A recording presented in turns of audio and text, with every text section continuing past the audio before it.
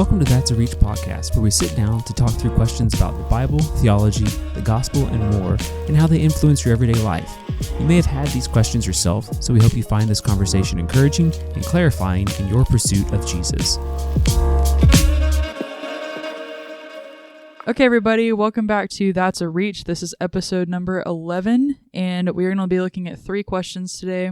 The first one is, why does it seem like young men think they have to have it all together before they can even ask a girl on a single date? If we wait for them to have it all together, we'll be waiting forever. I understand they have to have some sort of financial income, but at the end of the day, it feels like we aren't trusting God to provide. Plus, what better motivation to earn than a wife, and you can work together as a team?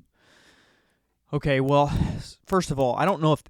Obviously, there's a slant in this question towards financial matters. I don't actually think that's like the biggest concern, right? Like, yeah, I don't think that you should wait to date or be married just based off financial income. You know, I mean, there was a trend of that, like especially coming out of the 90s.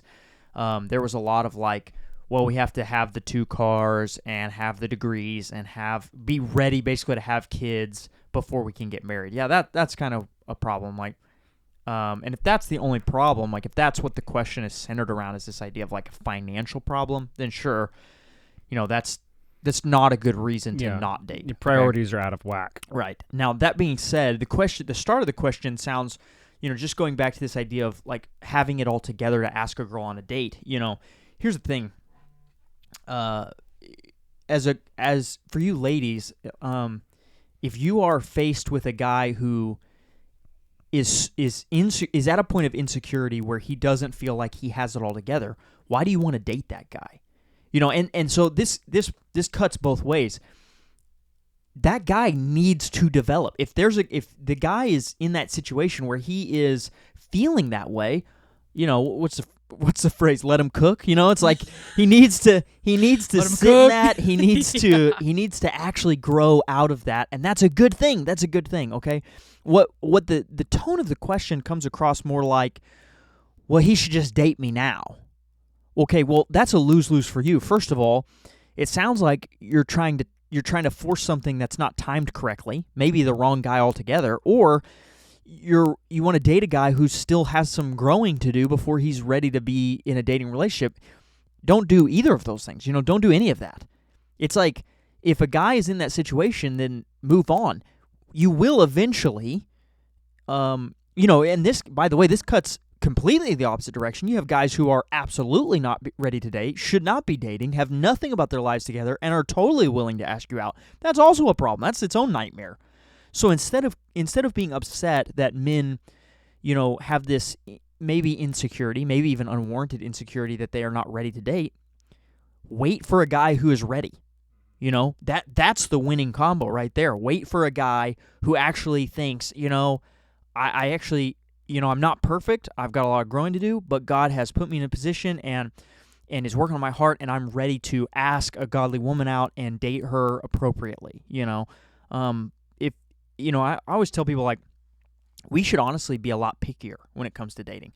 Now, not superficially pickier, but it's like, if somebody gives you a reason not to date them, then don't date them, you know? If they say, Yeah. do not do this, Yeah. like, don't be like, Yeah. I'm more in love with you now. Right. Like, It's like, if the person's not ready, then let them not be ready. Well, on the other end of the spectrum, don't be scared and wait. You know, this is what I was going to say in all this is, if you're waiting to date, just like, you know, I've been given and also have given the same advice when it comes to even like babies and, you know, having babies and growing your family. Like, if you're waiting to arrive at some level of success before you do this next big life stage thing, getting married, having children, you'll probably never arrive there. Like, there's always more things to do. There's always more. You always want to make more money, or, you know, have more of the house paid off, or whatever the case may be. Like, if God is telling you in a dating scenario to marry the person, you don't have to wait until you ascend to some high level of success before you move on and move to that next stage of life. Yeah. So, but to be clear, what Matt is saying is advice for the person who feels insecure about the dating. It's actually not advice. Now, from the perspective the question's being asked, it is kind of the opposite. If you're dealing with somebody who is not taking Matt's advice, essentially. Yeah. It's not you should not desire to talk them into dating you, right? It's like Matt's advice is for it. Given the perspective of the question, Matt's advice is for the guy, Right, the guy in question, right? And that is great advice. But for the girl asking this question, the answer is like, you should bail on that guy altogether. You know, let him get to a place where he's ready to date. Either you're going to find a guy who is ready, in which case great, or that guy's going to get ready, and then maybe it works out with you. You know, but the wrong answer is like, you know, I guess badgering him into dating. Like, you don't have to be ready, just date me. It's like, that's not going to work. Jillian and I were talking about this earlier too. I think, you know, girls can have this desire to fix a guy. You know, I think there's the two extremes of this question could be there's a guy you like, but he's a lazy bum and you want him to grow up in those things. Or there's a guy you like and he does kind of have his crap together, but he's scared to move on because maybe there is some maturity or some discipleship that needs to grow in him before he's kind of ready in some other areas to date.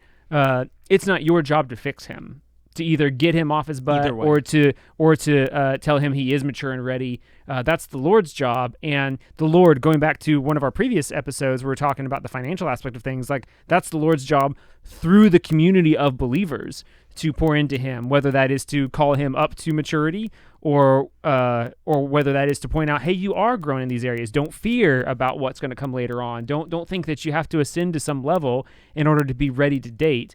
That's not your job to fix him. You can encourage him. You can pray for him. You can push him to healthy community, push him to, not push, but encourage him towards discipleship relationships and those types of things. But that is, again, it's not on you. You're not his salvation in those areas. You're not the thing that's going to grow him. Good, healthy relationships should be a motivation to grow. But yeah, you're not going to be the one that fixes him, so to speak. Well, yeah, I mean, that's the lie of the world and the lie of the enemy right now is that the woman in the relationship is wearing the pants. She's running the whole thing, like she's in charge, whatever, and that the man can't do anything.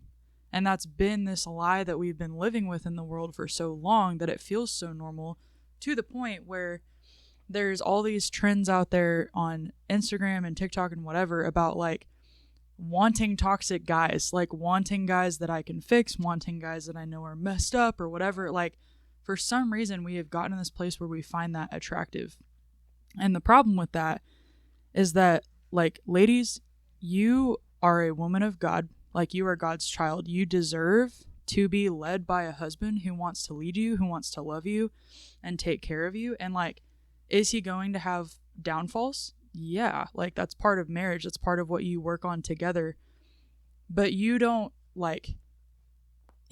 need to be in a position where you're momming him and you're nagging him and you're like leading him around all the time because you think he can't do it and he's convinced he can't do it. That is just so backwards, like, from what the gospel and the Bible tells us. No man has ever become a better man because a woman told him he wasn't a good enough man. Yeah. That's never happened.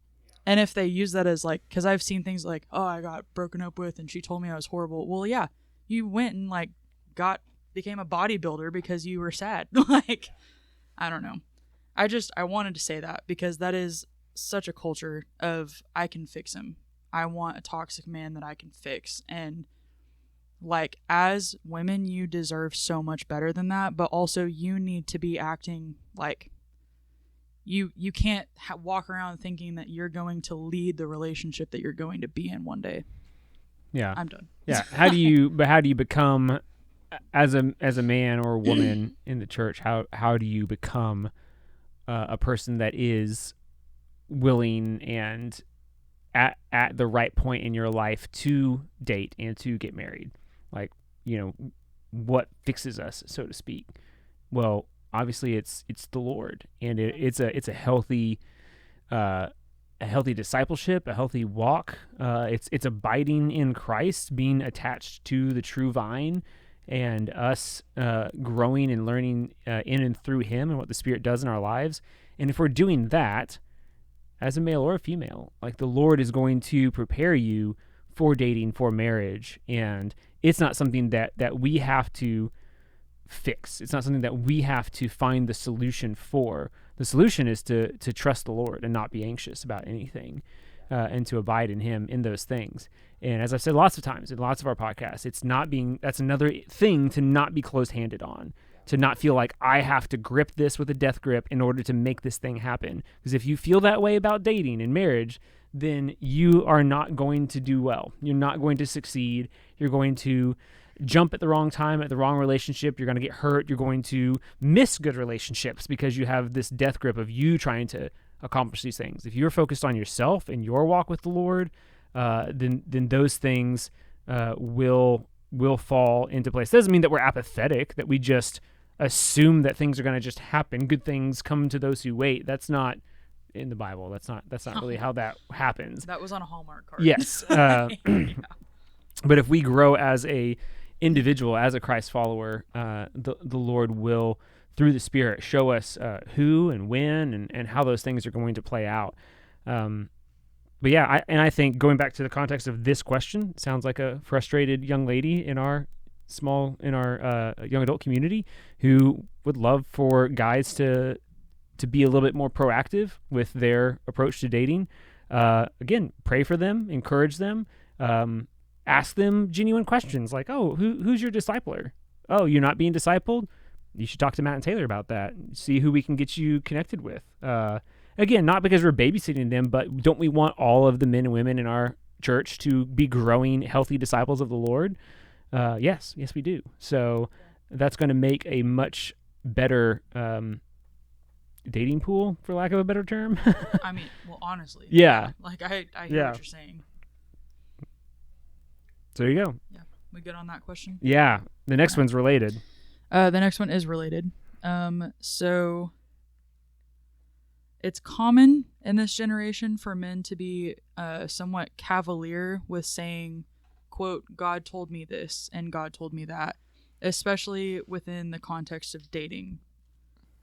Whether it be God told me she's the one or God told me to break up, but I'll give no other reason as to why he said break up, etc. So I think I missed the question in that, but just why do you think that's an attitude that's common in this generation? Yeah, so let's back up first and address that this is just an issue with age and immaturity. First of all, this has nothing to do. I mean, I'm sure that whoever's asking this question has had this specific experience and probably in dating and probably with some guys. But let's just be honest. This is just youth, right? This is just our young adults do this all the time.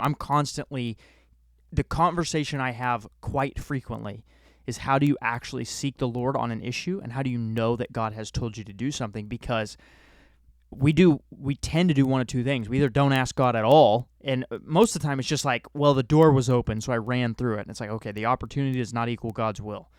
And then the other version, the alternate, is the people who this question's really asking about, which is just this kind of flippant, well, God told me, God told me, God told me. Okay, well, first of all, the answer to either direction, not seeking God, just running through every open door, or just flippantly throwing God's name around into everything you want to do, they are both solved by discipleship and growth, spending more time with the Lord, learning how to actually seek Him and His will, okay? So that's the first answer, okay? The second answer, let's be specific to the dating one. Let's do this just for the breakup question first. A guy is breaking up with you, and he says, God told me so. Okay, well, there are two options.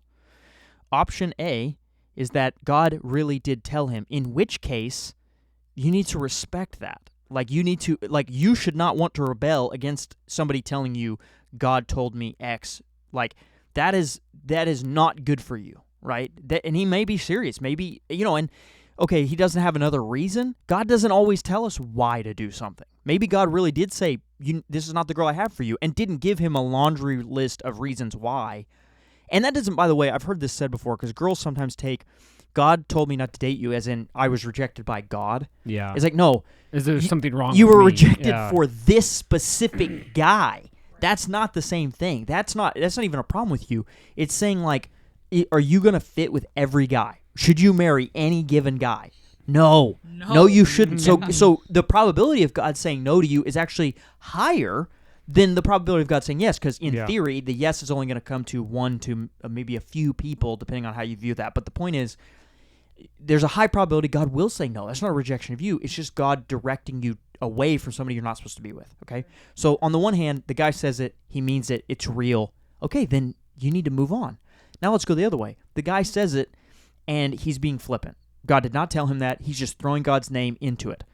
Then you should not want to date that guy. Yeah. Okay, that is a huge, it's the win-win of all win-wins. A guy says to you, God doesn't want me to date you. Either God is directing you away from that guy, and that's a good thing, or that guy is that immature, and you breaking up is a good thing. Which Yeah. I would even argue is still God directing Exactly. away It's from that God person. is protecting you. A guy says that to you, you should be like, awesome. I don't care if you're right or wrong. God said it. Yeah. I know I'm not supposed to be with you anymore. Yeah, right. Either you're mature Yeah. and you're doing the right thing and you're obeying God. Yes. Awesome. Let's remain friends Right. as brothers and sisters. Or Right. you're immature and I'm dodging a bullet. In which case, yes. Literally. In which Yeah. case, I am getting out like on the win here, right? Yeah. And so that's the thing is like the question is I don't want to say the question's fault. Listen, we love your questions, and we love even these kind of questions that are more personal. I know somebody. I genuinely don't know who asked this question. Whoever asked this question obviously has gone through something recently, and they need to hear this, and I want you to understand, I'm not shooting at you. I'm telling you, you do not want to be with a guy who incorrectly invokes God's name on just whatever he wants to do. Even if that doesn't make sense to you in the moment, you are the one getting lucky there, right? Getting blessed to escape that, right? Yeah. Now, the inverse of this, God told me that we are supposed to be together. First of all, yes, I see this a bunch. By the way, it is completely false that this only comes from guys. This, when I was in the dating world, I had several girls. Some didn't even tell me. Some told friends of mine. God said we were supposed to be together. And you know what? They were all wrong. There was eventually one girl who said, I believe God wants us to be together, and she was right, and everybody else was wrong, right? Yeah. So it is not true that only guys do this. But this is why, first of all, neither of you should be throwing that out there before the appropriate time in dating. If you haven't been dating, if you haven't even started dating, that's just out. You're like, 100% that's out. Yeah. Okay? But secondly, even if you are dating and the other person says this, and maybe they mean it, maybe they're well-meaning in it, that's why you have to seek God. You have to listen, if a guy tells you God told us we're supposed to be together, and you just go, it's perfect. Okay. You've already misstepped because that guy's not your head yet. He's not your leader in marriage. God is still the one that you seek that approval for. Not that that will stop when you get married, but the point is, you definitely shouldn't just take a guy's word for it. Yeah. You should. That's why Song of Songs says, "Don't awaken love till the right time." You should go to God and say, "Okay, God, I know He's telling me that we're supposed to be together, but what are you gonna tell me?" Yeah. You know, and if God tells you no and Him yes, you got to do what God is convicting you to do. Yeah. I think also, I just wanted to say this, like, way back in episode 8, when we had another dating conversation on this podcast, we were talking about dating well. And part of that is not jumping into the overly emotional too quickly, not jumping into physical intimacy too quickly. Like, there are definitely ways to break up with someone and it not be weird. You know? Right. But you can only break up with somebody and it not be weird if you've been dating correctly. Yes. And so the reason I bring that up is because, like, for whoever asked this question and any other ladies who are thinking this question, like, hopefully a guy would bring this to your attention. Like, if he's saying, God told me to break up with you, hopefully he would bring this to your attention early. And so that would also mean hopefully you guys have not crossed those emotional boundaries and, like, you haven't put so much stock in this relationship that it's a devastating blow. Like, if this happens 2 years in or something crazy, I would understand. Yeah. But you know what I'm saying? Yeah, which goes to this question. If you made it 2 years before God said no, one and or both of you were not seeking God correctly. Exactly. For 2 years, basically. Yeah. Because it is the deal. In all the relationships I've ever, in all the girls I've ever dated, I never made it more than a couple months into a relationship that God didn't have for me before God made it clear. Now, does that mean I didn't date longer than a couple months? Absolutely. I dated girls longer than I should have sometimes because I wasn't listening to God, which is exactly my point. When I wasn't listening to God, He would end incorrect relationships sometimes as early as 2 dates, 1 date. Sure. Yeah. That goes back to my comments about being open-handed and closed-handed and trusting the Lord. We don't have to claw at getting a date and a spouse. Like Right. the Lord has a plan for you, and you don't need to know what the end result of these things are in order to trust the Lord. You got to trust the Lord in the moment.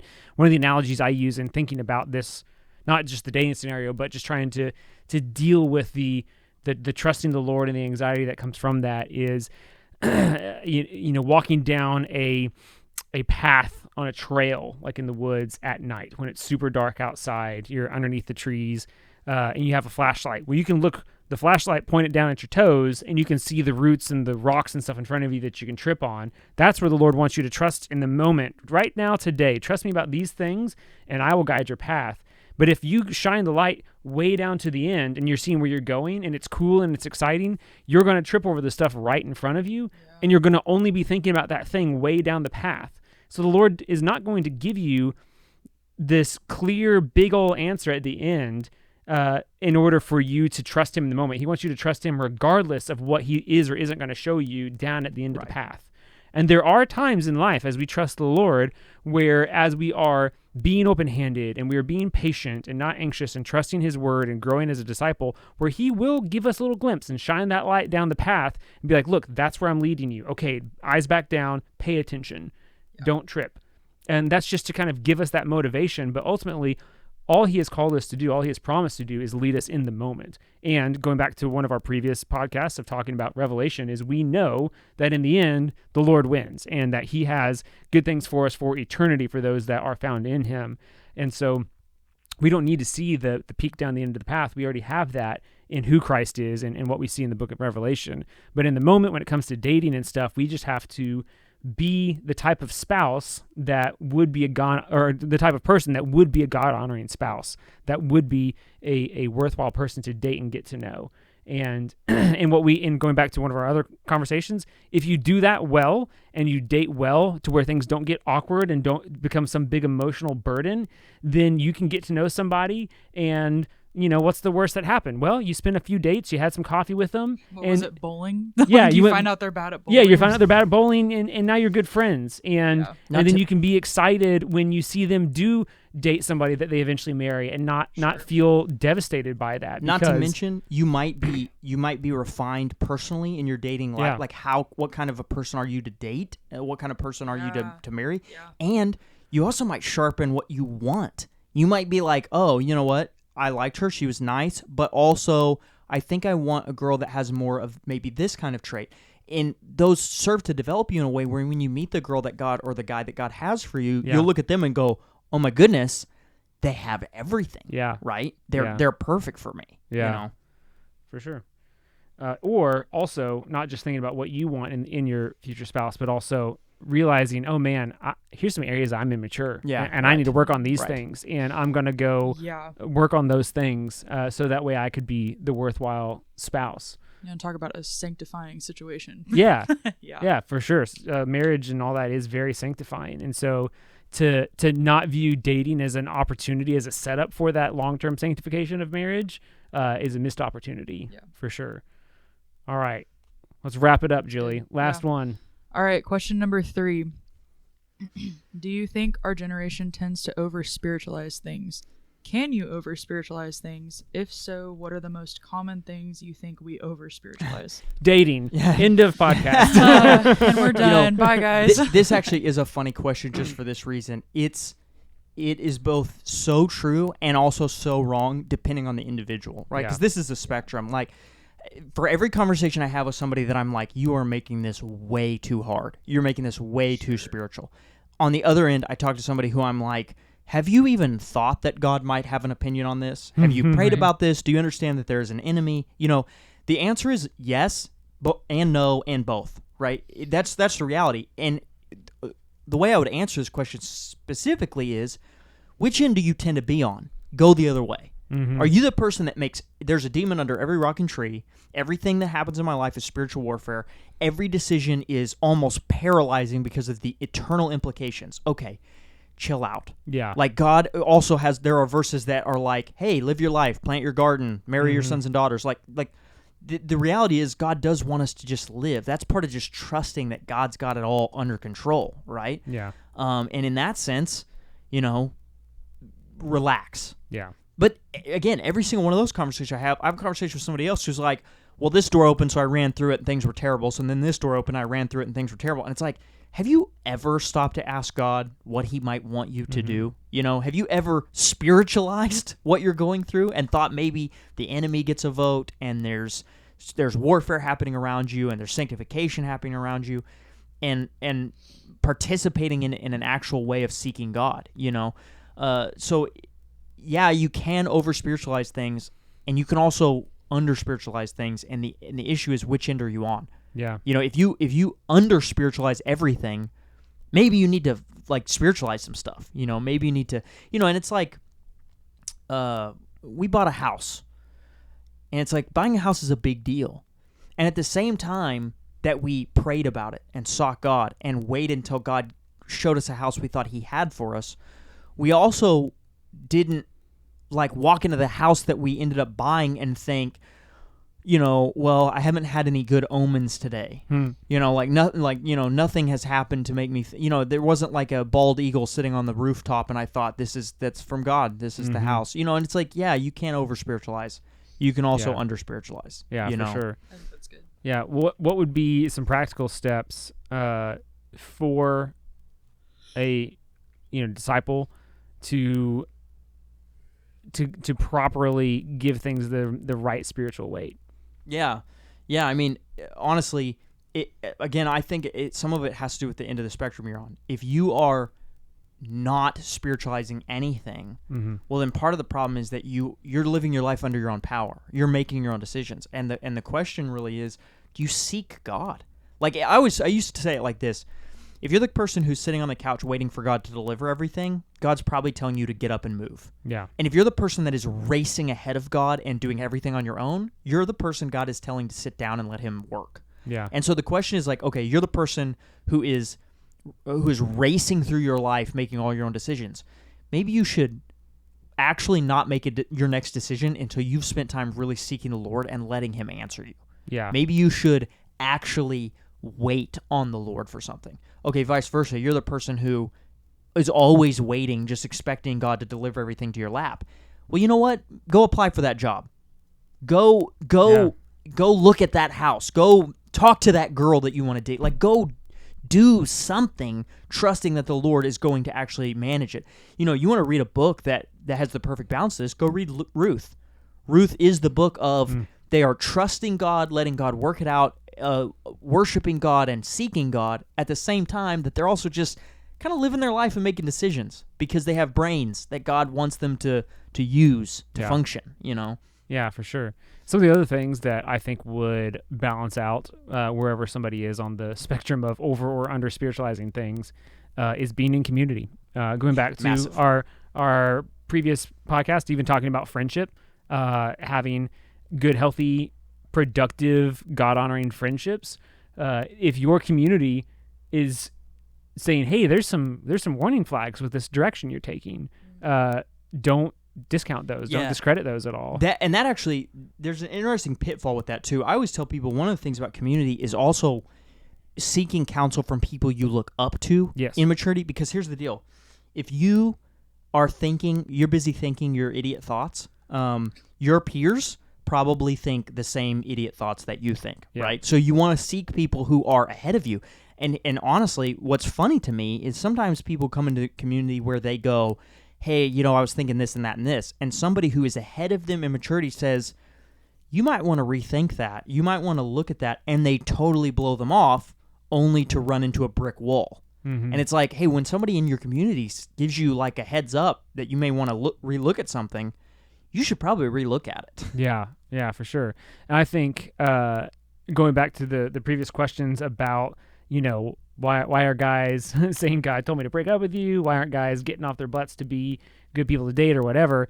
The answer for a lot of this is, hey, what does your discipler think about that? Oh, you don't have a discipler? Well, maybe you should talk to so-and-so. Killer. Yes, absolutely. because and that's not just us saying, oh yeah, let's keep our jobs. We want to be the spiritual people on staff here. That's not it at all. This is the biblical model of healthy Christian community is being a disciple maker, being a humble and learning and willing to learn disciplee, and then also being a good, healthy, humble, God-seeking peer that can speak truth into the peers that God has placed you around. And so if you aren't in healthy community, if you aren't being poured into by somebody that's ahead of you, then that is one of the first places to start, is to build those relationships. And if you are going back to the dating conversations, if you're wanting to date somebody that isn't doing that, well, that's at least a yield, like a yellow flag, if not a red flag of saying, Burnt let's wait orange. until he's cooked a little bit more, right? Right. That's the phrase, Let him Julie? cook. Let him cook. Let him. Let him Can I cook. be on the clarify? stovetop. Like, I don't even know if I'm saying that right. I heard that from my 15-year-old brother, 16-year-old brother. Turns out you are old. So, Oh, no, I think it's like, right. it really is Yeah. possible that I'm saying this totally wrong. The let him cook phrase? Let No, him bake. I let him simmer, let him sear a little bit Well, it's more, definitely let him Throw cook. him on the Yeah, grill. What it it is. means, No, I think you're couldn't right. tell you. I think you're right. Let Well, him marinate. here's a shout out to another podcast. There's there's this company called Axis that does Let him rise. a culture translator, and so it's like looking at current trends in like youth culture, and then how we can analyze those things through a biblical lens. Let him And they ferment. brought up the let it cook like a few months ago. Yeah. So Oh. Genesis Let 'em 86, spoil. 15s. Genesis 86. What Yeah, Bible are you right. reading? That's a long Genesis. It's It's already long the enough. Bible joke is in the book of First Opinions. First Yeah, opinions. this is where it says. Yeah, That's my it's favorite. the pastor joke. Julie, can we be done now? Yeah, we can be done. We- I don't even remember how we got. I think that answers Here. those questions. Yeah. Yeah. All right. Probably. Thanks for listening. That was that, and sorry about that really random ending. But see you We're guys gonna go eat later. M&Ms now. Bye. Bye. Thanks for joining us on That's a Reach. We are pastors and leaders from the Reach Young Adult Ministry at Evergreen Church in Tulsa, Oklahoma, and these questions come from those in our young adult community here.